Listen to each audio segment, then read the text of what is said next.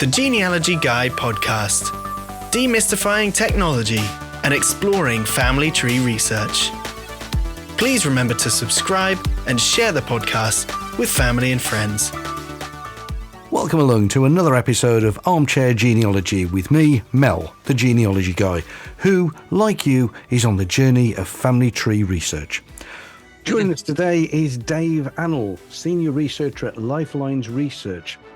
Dave is a popular lecturer and he's well-known on the family history circuit. And in 2019, he was awarded the Fellowship of the Society of Genealogists. And in 2022, he was elected Fellow of the Royal Historical Society.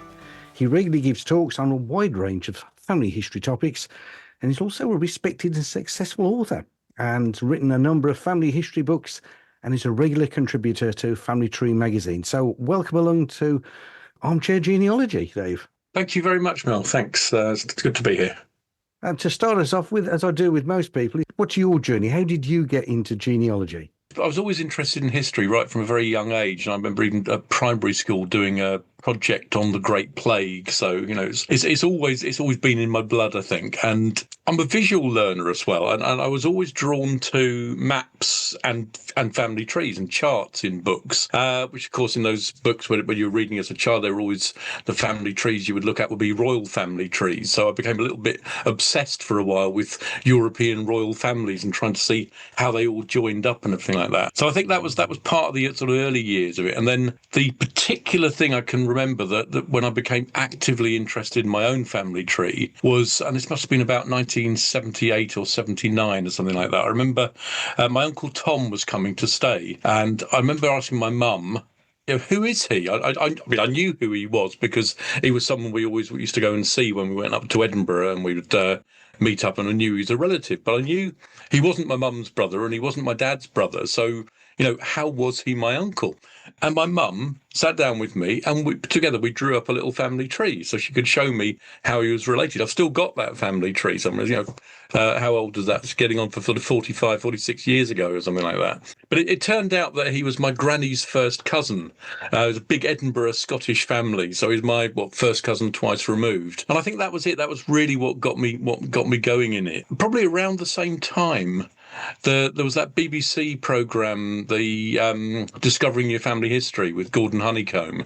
I watched that and I absolutely loved that. It really inspired me. And I think it opened my eyes up to the idea that ordinary people like me had families as well. It wasn't just royal families who could draw up their family trees. It was ordinary people like me. And I bought the book, the Don Steele book, which I've still got as well. And I just devoured it. It was definitely life-changing watching that programme. That was one of the things that inspired me. I watched that and I was just fascinated with how he tracked down, and then at the end they had the big reunion in the village where they think it all started. That's right. I remember that. Yeah, that was great. With so many people relying on commercial genealogy websites and user-submitted trees, do you think traditional evidence-based research is being sidelined? And what do you think are the risks of that shift? It is something I do get quite hot under the collar about, really. But I mean, for a start, let's say I'm not a Luddite. I don't want to go back. I'm fully aware of the enormous benefits of online access 24 hours a day, 365 days a year, all that sort of stuff. It's fantastic, and not just to UK resources, but to stuff from all around the world. It's absolutely brilliant. As a professional researcher, I couldn't begin to do my job without that sort of access. It's absolutely vital. But what I feel is that when I started out with this, about everything you wanted to look at, you had to, my dear late friend Audrey Collins had this great phrase. She used to say, you had to go to a place to look at a thing, which I think is absolutely right. You couldn't just, switch on a computer. Well, computers, what were they anyway? But, you had to actually put your coat on, go to a record office or a library and look at a physical document of some sort. And perhaps increasingly there was stuff available on microfilm and microfiche. But generally speaking, you were looking at real things. And I fear that one of the problems with digitization is that we've lost that contact, that sort of context of what a document is. You do a search, you type in the details, you hit return, and there it is up on your screen. Well, hopefully there it is. There's the page has got your ancestors' details on it. But what is it you're looking at? You know, they've removed all sort of context. You just bang, you drop down on it there, you plonk down on this page. In the old days, when we went through microfilms or we look at an actual book, you understand the structure of it. You know what it is you're looking at. You can feel whether it's a register, a page in a register, or whether it's a single document, and you got that physical contact with it that gives you the context. I just fear that's the first point I would want to make. I fear that we're losing that a little bit just by being given into information without a whole amount of context. How do you think that's going to change the way that the next generation, do you think they're going to lose that, as you say, context, that this was in a book, this was from a census, this was from a will, or whatever it is? Yeah, I think they do. I think that has been taken away, and there's the whole thing of just, is it a register or is it a document? But is that register part of a larger collection? What is that larger collection? Why was the document created? Was it the result of a specific piece of legislation? What would the legislation tell you about it? What do all those abbreviations that you're seeing mean? And what about those little check marks? But there's all that background to the material that the online genealogical websites, they're there to make money. That's what they're doing, and they do a very good job of it. But are they actually teaching people to become good researchers? And I would argue that they're not. Is that document, is it a snapshot? Is it something that happened on a particular day? Or is it a working document that was being amended all the time by people? And if so, who was updating it? What instructions did they have? And where's the original document held today? Where is it? How did it end up in that record office or that library? There's all those things that they try to make it sound very easy. You just type in your name and out comes your family tree, It's not like that, is it? And we wouldn't want it to be like that. We really don't want that to be what it's like. I like the journey. I think that's a big part of the research, is the journey. If you want to just find out who your ancestors are and read about it on a computer or in a book, that's fine. You can do that. But for me, that's not the interesting part. The interesting part is getting there, is the discovery, the detective work in it, I think. I would agree with you totally, because in my head, I can see a future where, because of AI, you'll be able to install this on your own machine, type in that you want the family tree, it will look online, find some ancestry tree, download it all, analyze it, and then tell you your tree. And you're going, it's not the same. You haven't put the passion into it. You haven't dug deeper to find out the story behind these people. So the next generation, or sort of 5 generations on, they're going to find it so easy. It's like, oh, family tree, it's nothing. It's just... Well, yeah. Yes, I think they are going to find it easy in a way, but then what they get is it actually going to be accurate? I feel that AI has no place whatsoever in original historical research.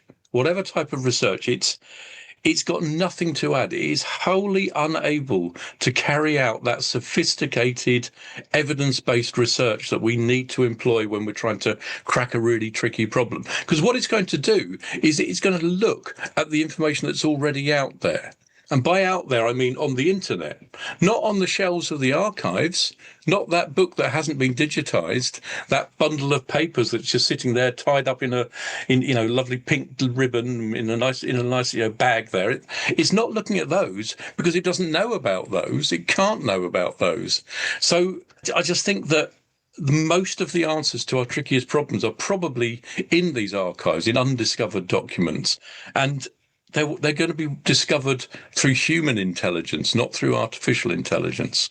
I've been very worried about this because I feel like I'm going to sound like a Luddite. I'm going to feel like someone who wants to smash all the machines and go back to using quills and pens, and ink and I really don't. I just think that there's so much about AI that is wrong, and that it's just the hints and suggestions that Ancestry throw up, they are all dependent on the idea that the person that you're looking for, let's say you're looking for someone called John Smith, and that person whose origins you're trying to find was necessarily born as John Smith. If he wasn't born as John Smith, which is almost certainly the problem and the reason that you can't find him, because there's any number of reasons why someone's going to have a different name later in life than the name that they were born with, AI is not going to help with that. Hints and suggestions aren't going to help with that. It absolutely needs that human input to do the difficult thinking, to say, well, hold on a second. Okay, I'll give you a case. I was working on this case just last week for someone who was looking for their grandfather. So it's someone very, they knew quite well. They also knew he was a little bit shady about his origins. So when they tried to find his birth certificate, they couldn't find one. They'd never found a record of his birth. But we had some pretty good information about his later life. We knew where he was born. We knew how old he was. We knew who he claimed his father was. And nothing was adding up. There was absolutely nothing that said this is the right person. There was no one of that name in the right area. There was no families in the contemporary census returns.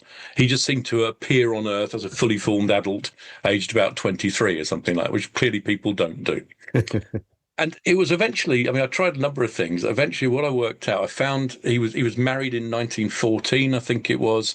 And the address from which he was married, I looked in the 1911 census, and there was a person with the same first names, the same combination of two first names, the right age, born in the right place, with a father of the same first name that he gave when he got married. Completely different surname. It was actually a French surname, and it was an English surname that he'd adopted. And perhaps he'd changed the name during the First World War and decided to make him sound a little bit more English than he actually was. But I challenge AI to crack that. I would agree with you totally. I think over time it will get better. But I think it's still absolutely dependent on what other people have already found. And the transcriptions, as you've pointed out, if the transcription is slightly out and you don't spot that, you don't question it in your brain going, that's not quite right. AI will go, there's the date, I've got the date for you, and there's the name of the person. Tick the box, done. Yeah. It's like, not quite. And with the hints and suggestions that Ancestry throws at you all the time, it's so easy to say, click, that's it. That's my family. I've got them. And then you've added them to your family. I call it the click and collect generation. So you do that. You just click it, you add it to your family tree, and there it is. But worse than that, that's fine if you want that on your family tree. If you don't care, I'm not bothered. It doesn't bother me at all. The problem with it is that then reinforces that this is the right family. Because, oh, look, there's another piece of evidence saying that this is the right line of descent. And the more people click and collect, and the more people add information. I'll tell you another little one. This is something I discovered a few years ago. I was actually researching a different family, but I came across this, and he was a very early settler in New England, about 1630s. He'd apparently arrived in New England.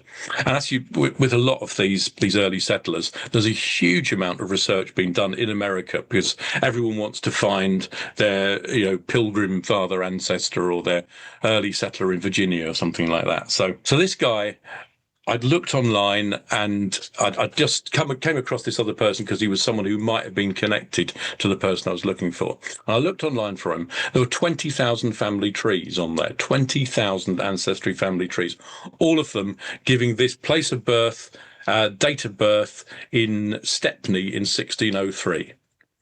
So, okay, go back to the actual record, have a look at it. There it is. John Jackson, his name was. John Jackson, son of Christopher Jackson of Mile End, baptised January 1602-03. Brilliant, fantastic. The only problem is 6 days later, that child was buried. So those 20,000 people are all wrong. They have all got the wrong ancestor. That person is not their ancestor. Two more things to say about that. I was able actually to track it down because it's not just an internet thing. This is something that people have always done. I tracked it back to a reference in a book published in, I think it was about 1868, where someone had found this record of a baptism and thought, right, that's my ancestor, that's my John Jackson. And that had then become established truth. And people repeated it. In 1881, there's another book published that says the same thing. 1912, another one. I kept finding these books that kept on repeating this. And then it goes on to the internet and it becomes exponential. 2 years ago, there were 20,000 records. I looked this morning. There are now 41,000 people who've got this. Whoa, that's a lot of mistakes. It's a lot of mistakes, but it's one mistake, isn't it? It's actually that one mistake by the guy back in 1868. As you say, the problem is that people just click on and go, oh, that's the right one, and they add it, and they go, oh, they've got a tree as well. I'll just add their tree to my tree. The whole thing. as you say, So easy. They haven't checked it. They're assuming the other person has got it right, and they've done all the. If they're even assuming that, they might just, they might just not care. And as I say, I'm very happy for people to do their own family history however they want to do it, until it starts impacting on what serious researchers want to do. Yes, That's when it causes the big complications, and for that reason, a lot of people, I'm always telling people, just if you're going to play around with things, make it private so that you can do what you want. Don't share it until you know you've got it absolutely crystal clear. That's right. Because as soon as you share it, everyone else goes, "Oh, you've done that. Oh, you found that person for me. Fantastic. Thank you very much." It's like, well, I don't know that. I'm presuming. That's right. It's a theory, and that's the way that research works, isn't it? You come up with a theory, you try to disprove it. You try to think, well, can I find that this isn't the case? I've got this person's birth. I think that might be him. So the first thing you do, and this is what these 40,000 people haven't done, the first thing you do is, if you found a baptism of someone, you check if there's an infant burial. It's not hard to do. It's really not hard to do. You just have a quick look. Did that person die in the next year or so? They did. Right. Well, then that's not my ancestor, is it? Or you might just find you've got 2 or 3 candidates. I use this image of chickens and eggs. So the person we're looking for is a chicken. We've got this ancestor, and they're an adult, and we've got a lot of information about them. What we're trying to do is to find the egg that they hatched from. And that's probably going to be in the shape of a record of a birth or baptism, but it might not be that. It might be some other record, like a will that mentions them, or a poor law record, or a census return later. It might be something that tells you this is the parent of that chicken. So you look at each of the eggs in the basket, and one at a time, you try to rule them out. You say, well, that one can't be because that one was buried. That one died very young. So get rid of that egg. Here's another egg. Well, okay, that can't be our one because I know what happened to that egg. He became this chicken over here. And look, they're different chickens. So they must have come from different eggs. So that can't be our one either. And you keep going like that until you've exhausted all the eggs in your basket. Hopefully you've only got one. And then you build your theory on that. You think, well, that I think is probably the egg that I'm looking for. ArmchairGenealogy.com for generations of all ages. Just grab a breather from chatting with Dave Annal, and it gives me a chance to give you some tips of my own. Starting out on a family tree? Well, here's a few more tips and food for thought. Here are some of the top 10 sort of classic beginner mistakes and how to dodge them. 1. Skipping the groundwork. Always start with what you actually know and build from there. 2. Relying on the internet. Helpful? Yeah. Infallible? No, mix it up with real-world sources like letters, photos, family Bibles if you're lucky to find them. 3, forgetting to record where you found things. Sources do matter in research. Without them, facts can unravel very fast. 4, not asking older relatives their memories. Priceless. Ask now or risk losing them forever. 5, ignoring spelling variations. Names change over time. Don't let that trip you up. 6, trusting family myths without checking the facts. Lovely stories, but do double check them.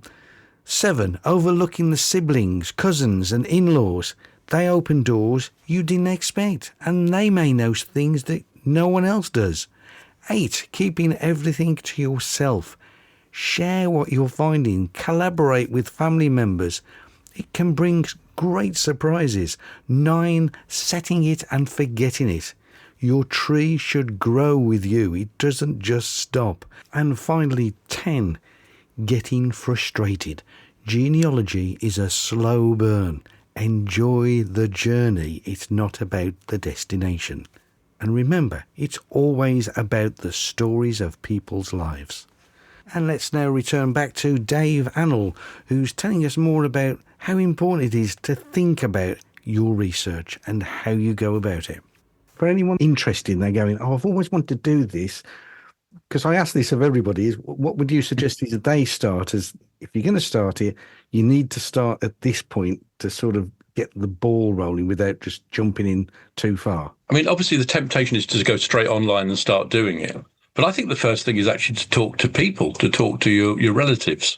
Yeah. Your Auntie Maud in Tunbridge Wells, she's probably got a box of stuff in her attic somewhere that's got some amazing documents in there. And those documents are great because unlike the stuff that we're looking at online, we know that those documents relate to our family because they've got inbuilt provenance. You know that they're the right things because she's collected them, or her mum and dad have collected it, or her uncle and aunt, and so on. So I would start with that. I would start speaking to people, getting stories together, finding out about Uncle Alf, who served in the First World War, or Auntie Helen, who went off to Australia in the 1930s, all that sort of thing, and speak to people, and then go online and try to contact some of these people as well, and then you might find that there are shared ancestors out there. But if you just launch straight in and say, right, I'm going to find my family now, well, you might be done in half an hour, or you might have the wrong family. So, Absolutely.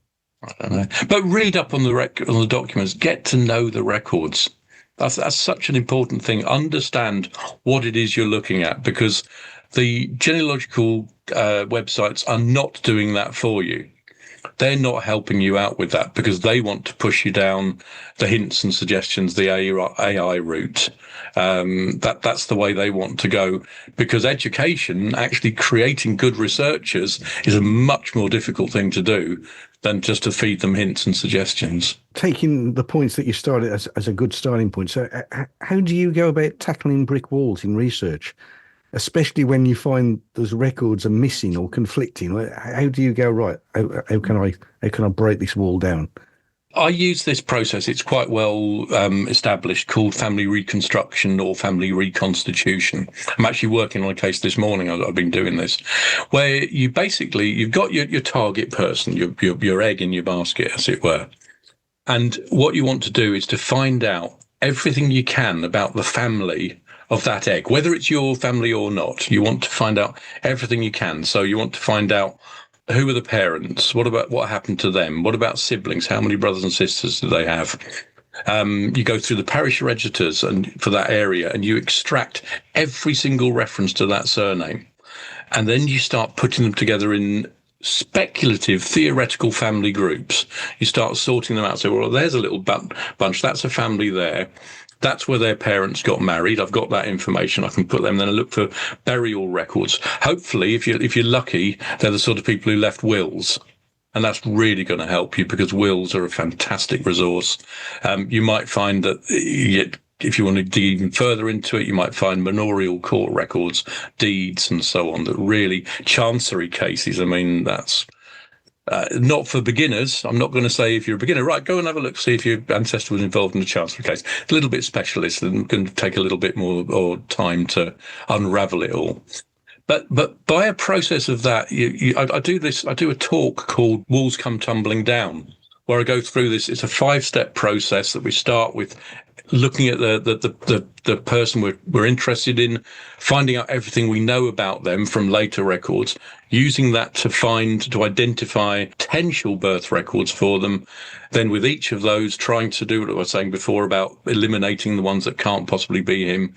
And then when you're left with your 1 or 2 candidates, then family reconstruction comes in. And guess what? It takes a lot of time. It's hard. It's not easy. It really isn't easy.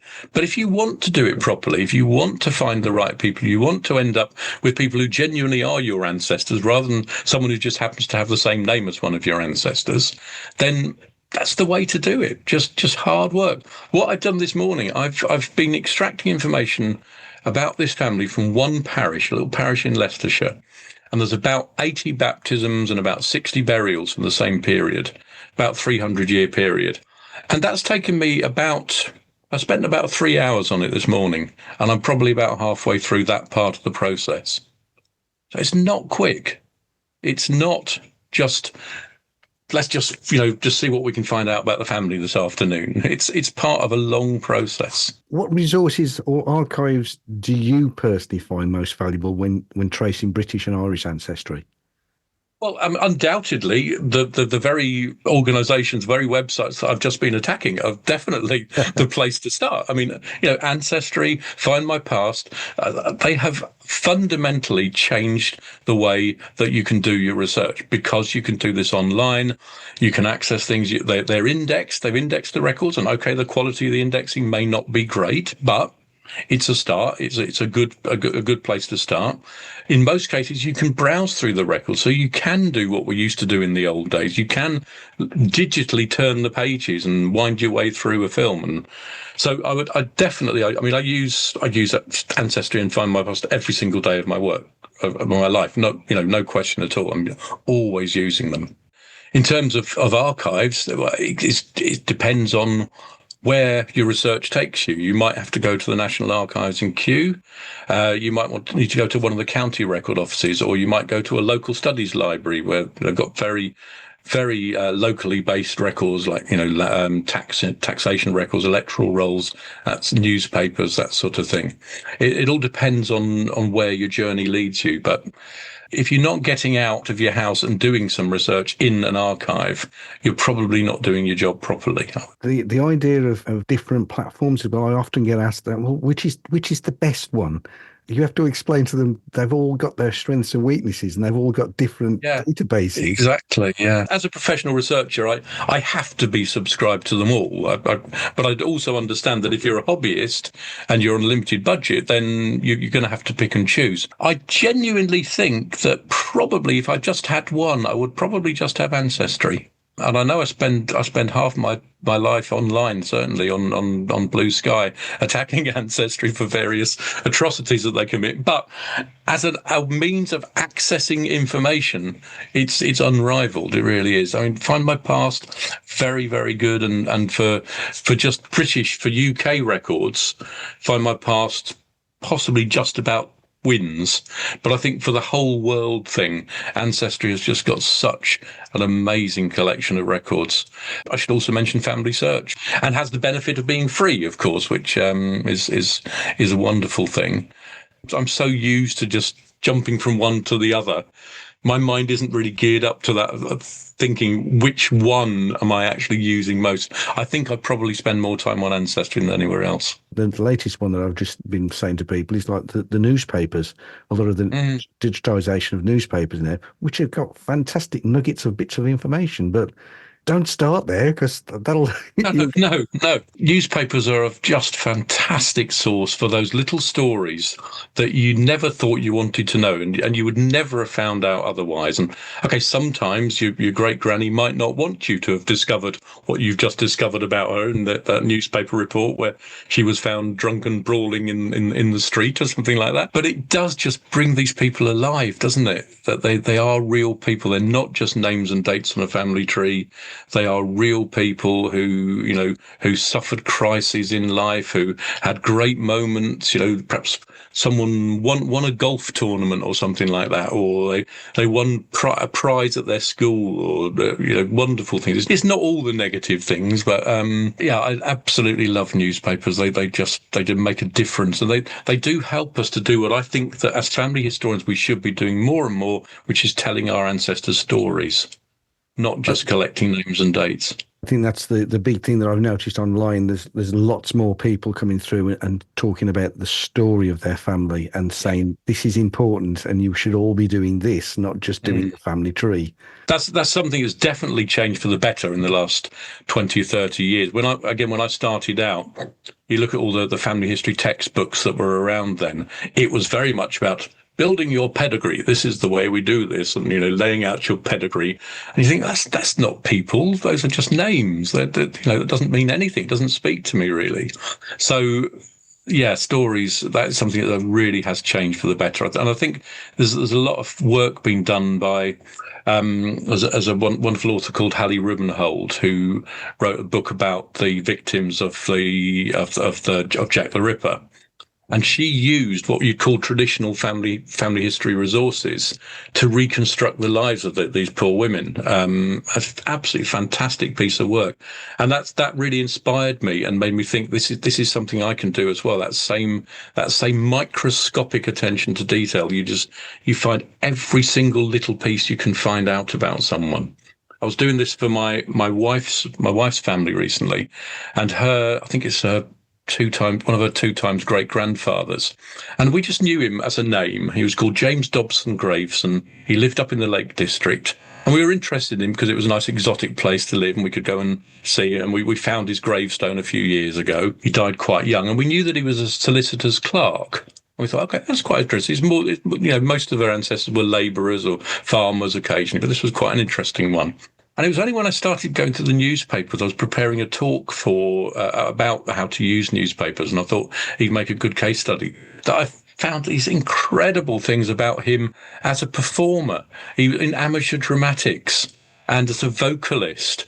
And, he's every year in the newspaper, the local newspaper, there's 4 or 5 reports of him taking part in some event. And, he starts off, you just see him occasionally right at the bottom of program. That's it, the bottom of the program. But then he gradually moves up the program and he's sort of headlining, and there's James Dobson Graveson is singing tonight at such a, wow, it's brilliant, And I would never have known that about him if it wasn't for the newspaper, because there's nothing in the official records that says solicitor's clerk brackets he liked to go and sing at the weekends or something.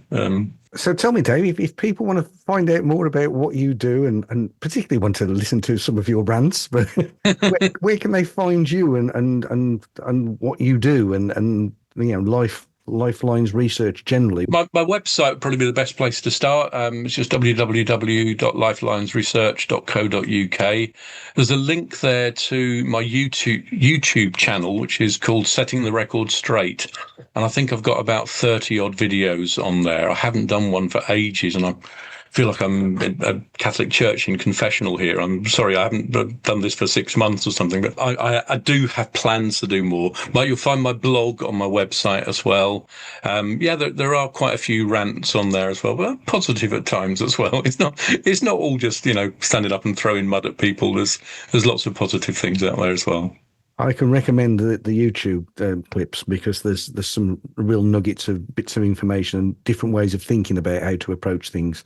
So I can recommend people go and watch those because I enjoyed listening to those and watching. And as I say, the alternative viewpoint, and sometimes you have to turn something on its head to suddenly go, oh yeah, that's a different way of doing it. So tell me, Dave, have you ever found out something quite surprising when you've been doing your research? I suppose there was something I did several years ago for a client who was trying to find out about this very, very interesting character who actually left a diary of his experiences in the gold rush in Canada.